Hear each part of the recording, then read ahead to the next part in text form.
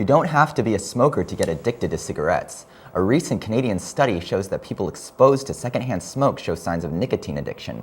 I took a closer look at the study. If you live in a city, you've probably seen smokers line the streets outside buildings.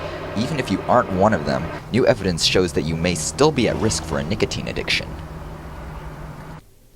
A Canadian study released by the Centre de Formation Médicale de Nouveau-Brunswick at the Université de Moncton and the Université de Sherbrooke has found that 5% of non-smoking children who have been exposed to cigarette smoke show symptoms of addiction, including cravings and the temptation to smoke.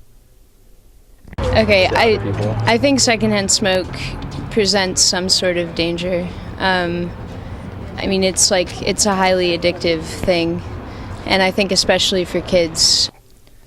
Mathieu Bélanger, the lead author of the study, says that even if this seems like a small number, it's a considerable percentage, given that these children have never even had a cigarette.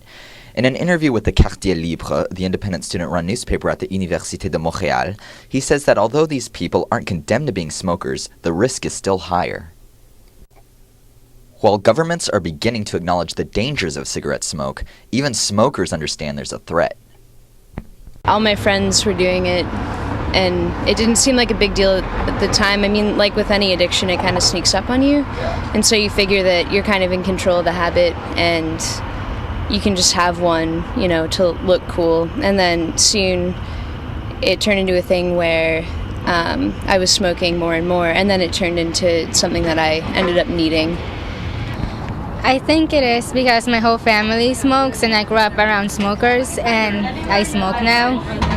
So I just grew up around it and I was used to it and the smoke never really bothered me.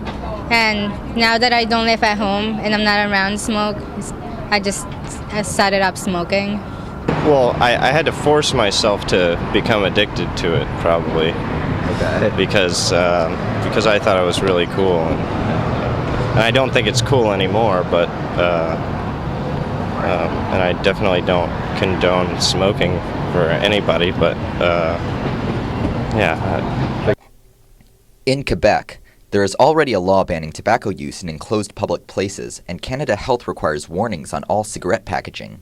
In Massachusetts, workplaces must be smoke-free, including the banning of designated smoking areas.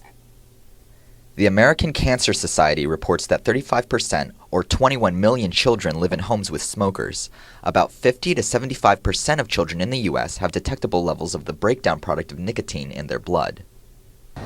Until more information is discovered about the effects of secondhand smoke, the best thing one can do is to simply stop smoking, according to the Quartier Libre. It's the difficult choice, but it's the best thing a parent can do for a child. Reporting for Inside Boston, I'm Grant Mukai. According to the Massachusetts Tobacco Control Program, nearly 1,000 Massachusetts residents die each year from secondhand smoke exposure. Thank God I don't smoke. It definitely makes me rethink lighting up.